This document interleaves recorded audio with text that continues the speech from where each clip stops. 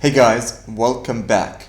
Alright, so in this section, in section 6, I'm going to be talking about blockchain types, the different types of blockchain options available for you to consider for your solution.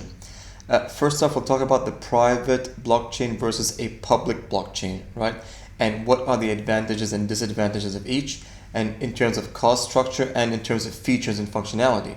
And then I'll be talking about the consortium blockchain, which is a different kind of a blockchain platform for you to consider. Essentially, a consortium is a mix between choosing a private and a public blockchain and combining them for your solution, right? So it's also known as a hybrid blockchain platform. And then I'll talk about the different blockchain platforms as options, right? So Quorum, Hyperledger, Ethereum, LTC, all are different blockchain platforms for you to consider for your solution. All right, so let's go ahead and jump in.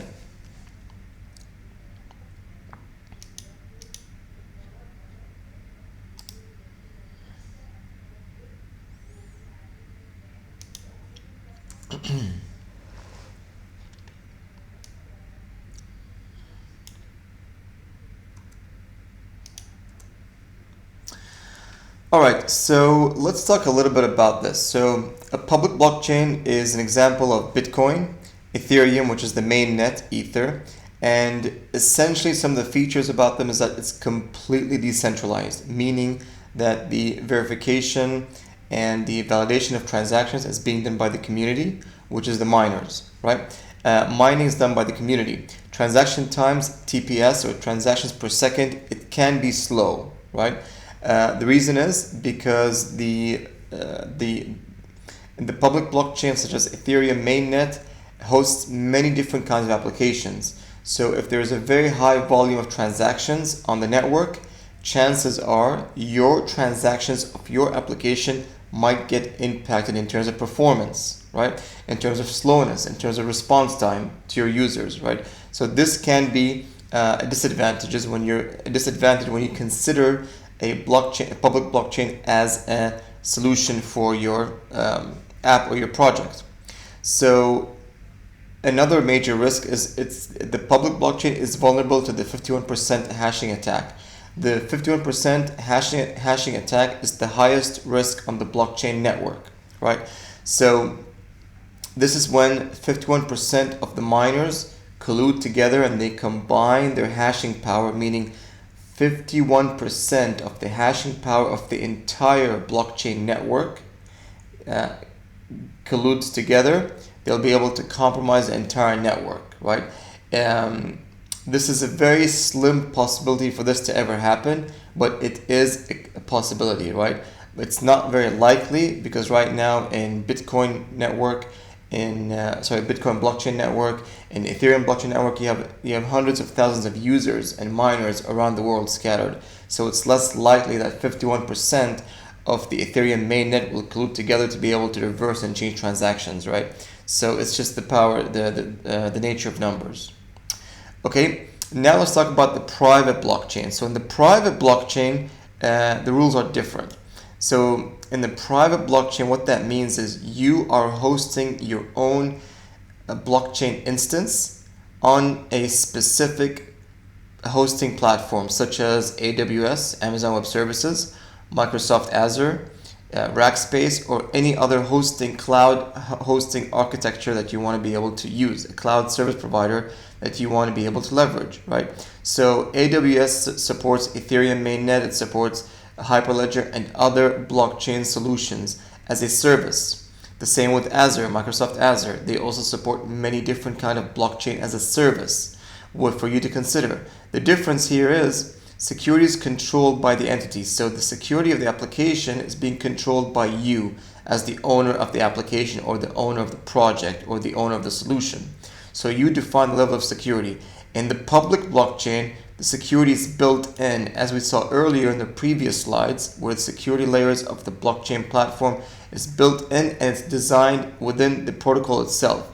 The private blockchain, you still benefit from the main security layers such as SHA, secure hashing algorithm, such as the asymmetric cryptography, right? private key and publicly, you still benefit from that. However, because it's your own private blockchain, you can still add additional layers of security if you choose to, right?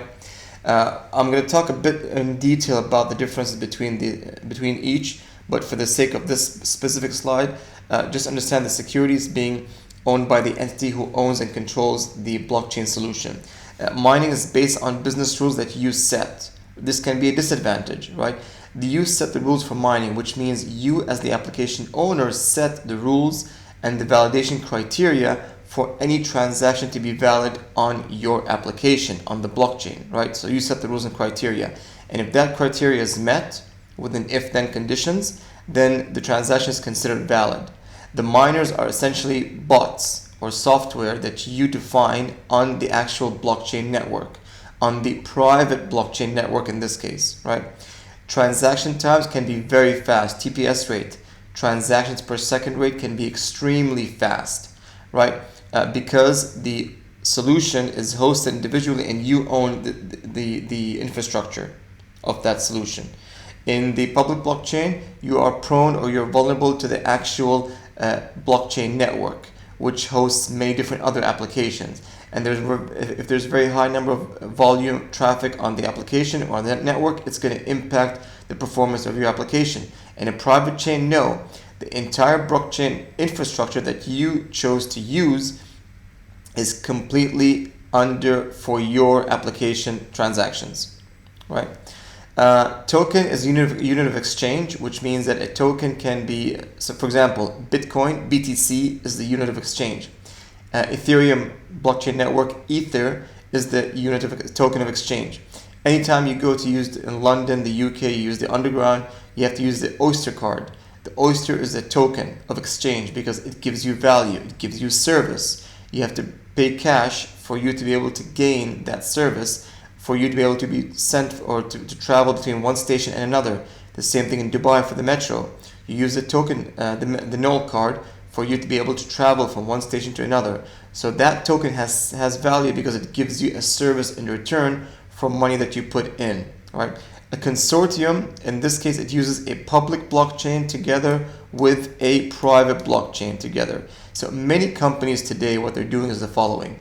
They go and they start off with a private blockchain solution, right? And they test their solution on either as a POC or maybe a sample of customers, and they test and see how things are working.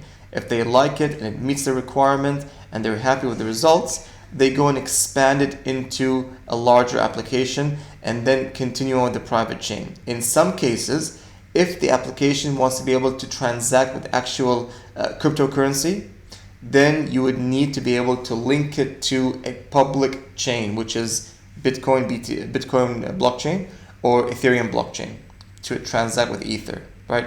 If your application has your own tokens, which you want to be able to allow international people, subscribers, to be able to purchase the tokens into your application, you'll have to be able to link it to a public blockchain network such as Ethereum or in Bitcoin BTC, right? So this is essentially between the difference between the private blockchain and public blockchain and the consortium, but we're going to talk more in detail in terms of cost structure, in terms of features, functionality, in terms of time for you to be able to understand and make the best decision for your application. Just keep this in mind. The majority of companies, especially in financial services, in supply chain logistics, in education sector, all of them are almost always start with a private blockchain solution or platform. They start with a private blockchain solution and they grow their app and they expand into additional customers and more transactions. When they want to decide if they want to transact with actual cryptocurrency, that's only then that they make the decision they want to go into a public blockchain network, right? So I'm going to stop right here, guys, and we'll continue on in the next lesson. Thank you very much for your time.